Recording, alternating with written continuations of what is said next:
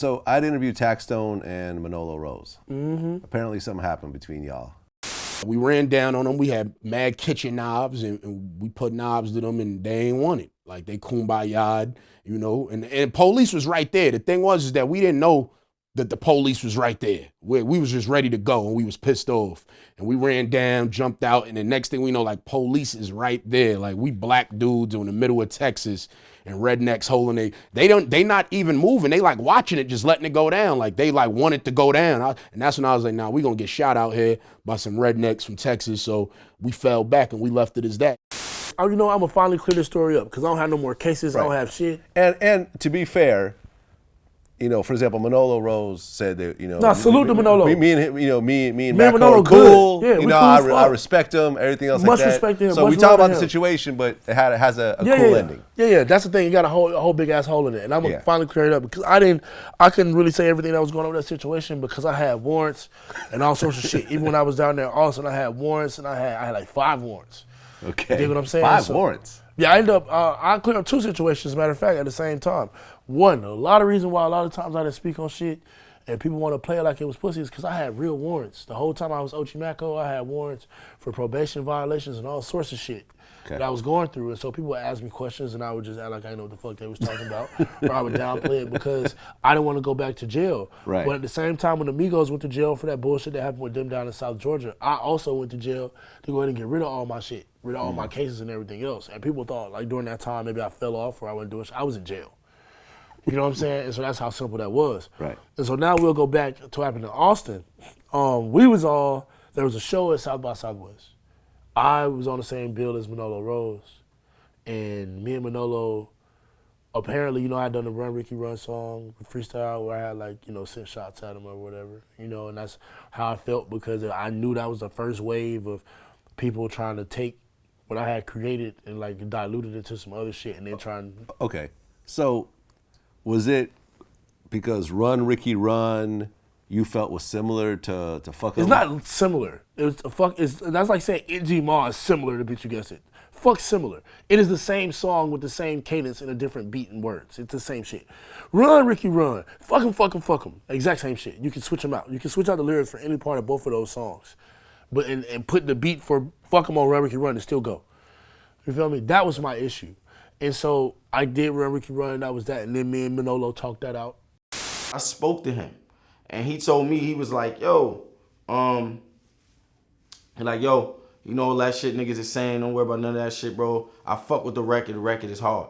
I'm like, yeah, my nigga, good looking. You know, he like, yo, I'm like, yo, you know, jump on it, you know what I'm saying? Like, I don't have no issue with you, I don't even know you. So it's like, you know what I mean?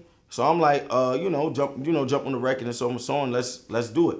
And so we, you know what I mean, that's what, and then we actually even did it, he did a remix, you know, he taking shots at me in the remix, and I'm like, all right, cool. You know what I'm saying? Because I understand how the rap and shit go. You know what I'm saying? I understand it. It's not like real beef. Like, people be hearing shit and they think it's like real drama. It's not, though. It's not really real. Because, like, if I really had a real issue with you, I'm not going to say the shit on those songs, and I ain't going to say the shit in no record either. And so when we got down to Austin, man, it was good, you know, until we had a show. And it was me and the entire QC, and we had just got greatness, and so it's the whole OGG, and we might be like 50-something deep, no exaggeration. And we all standing upstairs at this show, and I remember distinctly I was like listening to the songs Manolo was doing, and literally all the songs sounded like one of my songs, just with new words.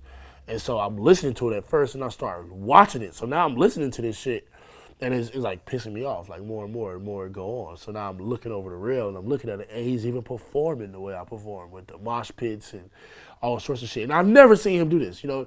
It's all about the motherfucking money. Nothing like that. So I'm like, where the fuck did this all come from, right? And so I'm not gonna lie, I was real immature about it. You know, I started pouring like water and beers and all sorts of shit. It was throwing water down. So at first, you know, because we usually we throw water in our, you know, while we you know, performing, we wilding out, having fun, we mosh pitting and shit like that. So I look up, I noticed that the water was dripping off the top of the beams. You know what I mean? Dripping down from the top of the beams. So I'm like, oh shit, I look up and I'm like, oh shit, they throwing water from up there. But I knew they had just came in. So I said, all right, cool. So I pointed up like, all right, yeah, when we done, we gonna come up there. And I guess they thought I was just upstairs with people, but actually, you know, the whole upstairs was me and all my niggas. And so when they ran up, like they probably ran up like 12 deep, but it was 50 of us, my niggas. So when they ran up, I ran up on Manolo just like that, you know, like what's up? And we had all the guns and all that shit, you know, tucked off in the club, and they had whatever they had. And, you know, and I ain't gonna say the man went out like no hoe, he ain't go out like no bitch. You know what I'm saying? But it was a situation where it was a stalemate, where couldn't nobody really do shit because we couldn't shoot them in no club, we couldn't stab them in no club. And if we started fighting the police, already gonna break it up. So they went out the side door and we went and started doing our show, and somebody snitched and said what was going on upstairs. And the police came in, which is on camera. The police came in and took us out the show. And so later that night, that's when I'm doing the ear root shit, and I'm getting messages from Taxstone like da-da-da-da, and I'm telling nigga like straight up, nigga, you seen where I just said I'm gonna be at? I'm gonna be at the ear roots. I tweeted it already. So nigga, you should pop up, you feel me? And when we pull up in the truck, we had all the guns and shit in the truck, but it's ill roots and the police is right there, you know, so nobody gonna go like no sucker shit. So we hop out, just me and my DJ and my homie and my manager, we hop out the truck, you feel me? And we leave all the straps in the truck and we walk to the front door. And when we get to the front door of the ill roots, the police might be fucking 10 feet away. That's when we see like 5 dudes run up on us and they talking out loud and shit. And I'm like, yo, first off, I'm whispering, I'm like, first off, you do realize 12 is like right behind us. So whatever the fuck y'all got going on, if y'all want to take it over there, you feel me, we can take it over there. But otherwise, I'm finna go in here and do this ill root shit. And if y'all still got an issue, when I come out, it's whatever it is. I'm talking to some short dude. It ain't even Tax. It's some other nigga. You feel me? All of a sudden, I don't know who the fuck Taxstone is. I have no reason to know who he is. My manager know who he is. He's like, oh, he's a street guy. I don't give a fuck about that.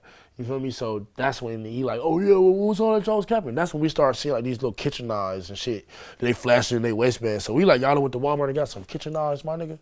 And that's what y'all doing. And they trying to play it all tough like niggas was trying to run down. That's why the whole thing with me and Tex happened, because he was trying to make it. I never tried to make them niggas look like no bitch ass niggas like they was hoe boys or nothing like that. They just came ran down with some fucking kitchen knives. Y'all know we got straps in the car. Y'all come with us with kitchen knives like 5 feet away from the police, my nigga. Y'all ain't finna do shit. If y'all finna stab us up, do it right here, niggas. Y'all niggas can go to jail. Like, come on, stab us then, nigga. Like, period. Like, that's what's gonna happen. And so after that, Manolo called me and he was like, yo, I ain't had nothing to do with niggas running down at Ill Roots. Like, I had nothing to do with me, but that was my man's. He felt like you had came to me a certain way and it was disrespectful. And I said, well, I did disrespect you. I feel like you disrespected me, but it is what it is. If we're gonna leave this in South by, we're gonna leave it down here. And if we not, then it is what it is. And me and Manolo agreed between each other, man, we're gonna leave this shit at South by. No, we shouldn't be so petty and childish as to take this event and put it out into the world, because it's just gonna create a division. And that's what we agreed on. Out of nowhere, me and him sitting there, and boom, here come Tax talking about it like it was his situation. Like, boy, this had nothing to do with you. This was your man's. Your man's decided he didn't want no smoke. I asked him, and then a second situation happened. I'm talking to Tax on the phone. He talking to my man's. I ain't gonna name my man's. My man's an OG nigga. He come to Tax and say the same thing. Boy, if you want smoke, it's smoking. If not, you know what I'm saying? Like, we need to leave this alone and did this, because it ain't no point in this.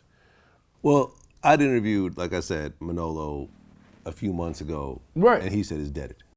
After that, we talked it out. You know what I'm saying? Me and OG Maco, we had talked it out and shit like that. He called me. You know what I mean? We even have a record with me, him, and Lil Uzi. You know what I'm saying? That with Clinton Sparks. It's a Clinton Sparks record with me, him, and Lil Uzi.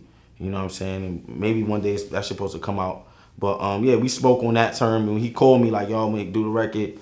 You know what I'm saying? I'm on the hook, and then he did the verse, and Lil Uzi did a verse, and he was like, yo, you know, I'm gonna do the record, this, that, and third. Like, yo, man, all that shit is over, bro. I don't even care about that shit. And I was like, yeah, because it was like during around the time he was having an issue with like Drake and shit like that, with the Quentin Miller issue. Yeah, it's dead. Me and Manolo got records coming out. You know what I'm really? saying? That's Me and what's up. Manolo got records coming out. I'm a fan of both of y'all. Yeah, You know what I'm I saying? fuck with Manolo. I fuck with Manolo Yeah. as a person. I just, like I said, it was my own immaturity at the time, because I already knew that what was gonna happen, how it happened now with all these people still in my wave and shit. I already knew it was gonna happen anyway. You know what I'm saying? I had just had an interview probably like the day before about Keith 8 with the Iggy Ma shit.